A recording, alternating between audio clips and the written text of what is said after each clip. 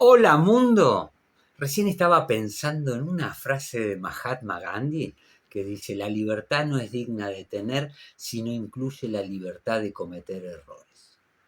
Si no sabes quién soy y no nos conoces, te cuento que el día 14 de mayo del año 2002, quien te habla fundó un país, una micronación, Abdigandia. Pero hoy te voy a hablar del proyecto Estado Libre, el cual tuvo origen en un pueblo de 1000 almas llamado Grafton. Este fue el primero de los estados en declarar su independencia en 1774, ubicado en el estado de New Hampshire, en el noreste de Estados Unidos, cerca de Canadá. Y en este lugar es donde falló el experimento libertario. No siempre hay que hablar de las victorias. De los errores también se aprende. Nos transportamos en el tiempo, allá cuando nacía Internet, donde fuimos algunos los que nos abismamos a fundar un país, una micronación, y así crear un sistema superador al del país dominante. Sabemos que el libertarismo tomó fuerza en el mundo de esta manera y así como yo trascendí en el sur del Cono Sur, otro grupo de individuos que se habían conocido en foros de internet viajaron a este pueblo perdido entre los bosques del Estado y con el sueño de moldear un sistema anarcocapitalista donde los ciudadanos se comprometían a expandir la libertad personal y económica a través del activismo, el emprendimiento y el apoyo mutuo. Esta sociedad, tanto los nativos como los recién llegados, tenían todas las ideologías. Los eran libertarios, conservadores, progresistas, todo aquel que tenía como objetivo proteger la vida, la libertad y la propiedad privada se sumaba al tren. Mientras obviamente se desarrollaban soluciones a desafíos sociales mediante el libre mercado y el voluntariado. A esta manifestación política se la conoció por toda la energía que se le colocó para demostrar que la intervención estatal era opresiva y generadora de pobreza. Cuando uno habla de este proyecto, yo lo ato a un dicho de Thomas Jefferson que decía, el mejor gobierno es aquel que gobierna menos. Estos muchachos se pasaron 70 pueblos. Estaban inspirados por el dogma que nos instaba a limitar el poder del gobierno a beneficio del mercado y la libertad individual. La elección geográfica no fue azarosa. Después de recorrer y analizar distintas locaciones, se entendió que este pueblo era el enclave por su exigua cantidad de habitantes y su proverbial historia de rebelión contra la autoridad, y también porque allí vivía el bombero libertario que se había postulado a gobernador, quien fue el encargado de abrir las puertas del pueblo a todos los que llegaban. Resulta que el día 1 de septiembre de 2001, Jason Sorens, un joven nacido en Houston, Texas, licenciado en Economía y Filosofía, publica en julio de ese año un ensayo titulado Anuncio el proyecto del Estado Libre, donde proponía la idea de una migración política de miles de libertarios que se trasladarían a un estado de baja población para convertirlo en un bastión de las ideas libertarias. Esta gente se había conocido a través de Internet. En su mayoría eran hombres, blancos y a favor de la tenencia de armas. Entre los que llegaban los había ricos, pobres y también gente sin ataduras emocionales ni trabajos convencionales. Quienes se unían al proyecto firmaban una declaración de intención en la que se comprometían a desplazarse a Grafton a los 5 años de alcanzar los 20.000 miembros. La declaración también exigía la dedicación absoluta a la causa de una sociedad en la que el rol máximo del gobierno era la protección de la vida, de la libertad y la propiedad privada.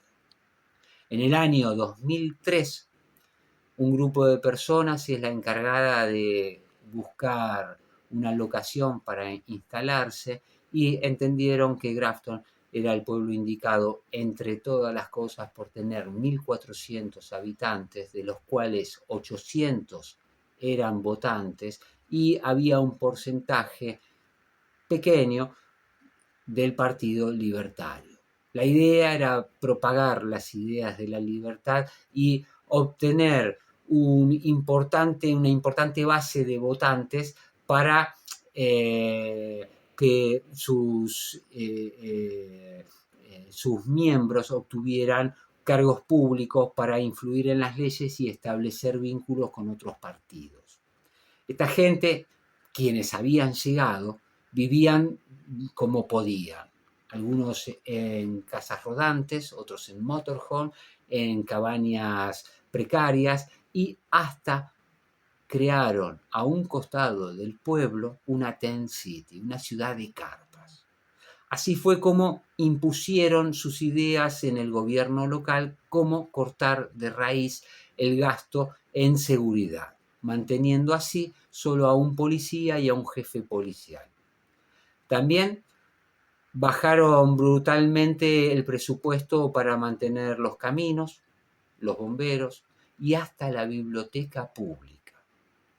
No lograron salir del distrito escolar ni que Grafton se declarara zona libre de las Naciones Unidas. A pesar de tener una oposición inicial, la mayoría de los habitantes coincidían con las ideas de la libertad, ya que por lo general todos eran conservadores. Pero la teoría y la práctica no siempre van de la mano, y en poco tiempo todo empezó a desmoronarse, ya que los habitantes no se sentían representados por las promesas que se les había dado, cuando en verdad en Canaán, en un pueblo vecino, ellos pagaban apenas 70 centavos más de dólar en los impuestos y tenían calles y rutas asfaltadas con mejor iluminación.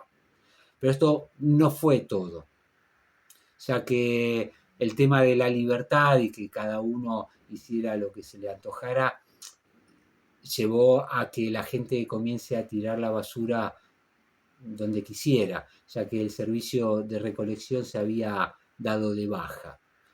También las calles tenían baches, la biblioteca pública abría solo 3 horas por día y se disparó la violencia a grados preocupantes. La policía no tenía dinero para ponerle nafta a los patrulleros, y de ser un lugar tranquilo pasó a tener una población conflictiva con agresiones sexuales y delitos de todo tipo. La tasa de reciclaje fue la más baja, y la ciudad que se jactaba de no tener crímenes en décadas pasó de la noche a la mañana a tener 2 asesinatos. El colmo de los colmos llegó con los osos, que en realidad fueron los únicos libertarios, ya que hicieron lo que se les cantó, incluyendo comerse mascotas y atacar a humanos.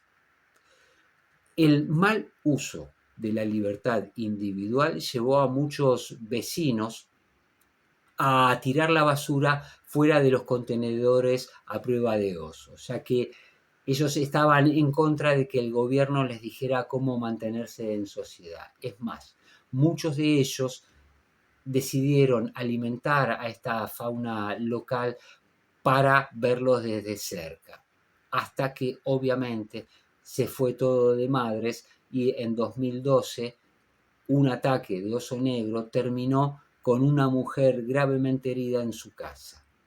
Poco tiempo después, 2 mujeres más corrieron la misma suerte.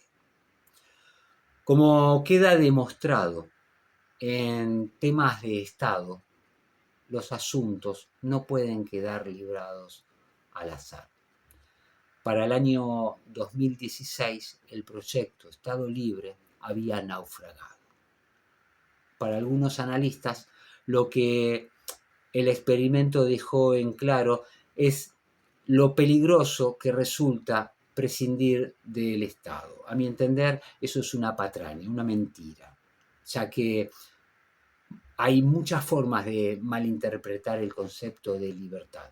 Por ejemplo, esta gente jamás tuvo un plan de contingencia o de gobernanza. Quiso vivir en un estado anarcocapitalista sin tener una instrucción tal y carecer de una lógica de desarrollo.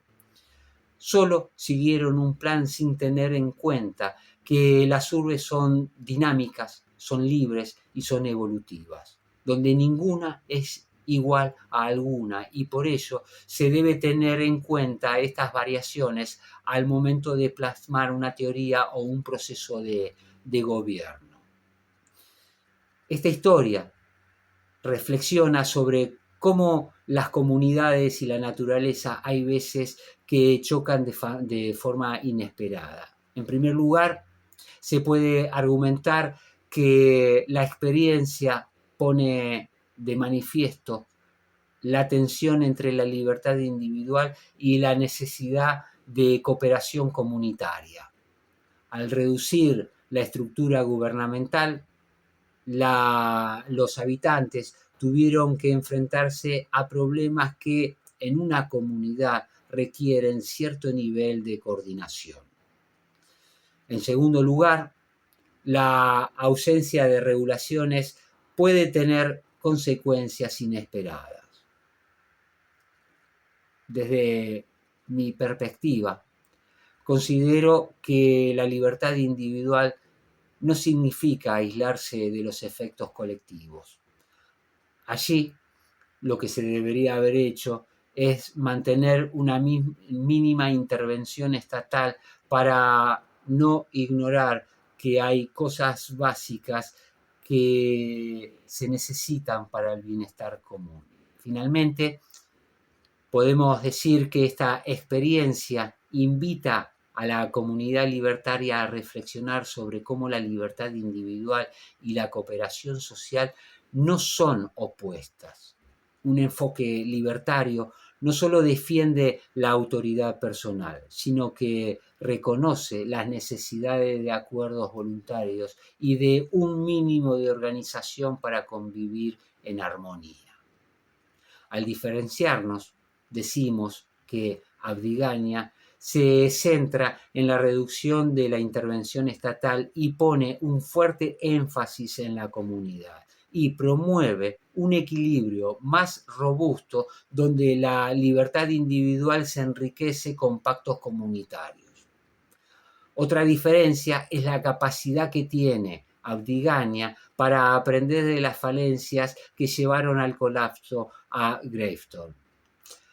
Por último, en Abdigaña se ve a la libertad como una parte de un tejido social más amplio que se fortalece construyendo una cultura de responsabilidad compartida. Si no lo hiciste antes, a mí me encantaría que sea este el momento. Me gustaría que me regales un like, que te suscribas y que toque la campanita. Y si lo recordás, después déjame un mensaje. Así pues, vemos en esta experiencia de realidad libertaria que Abdigaña supo ser una idea que moldeó a esta hermosa micronación y que hoy sueña con transformarse en un microestado que siga con la tradición de gritar libertad y evolución.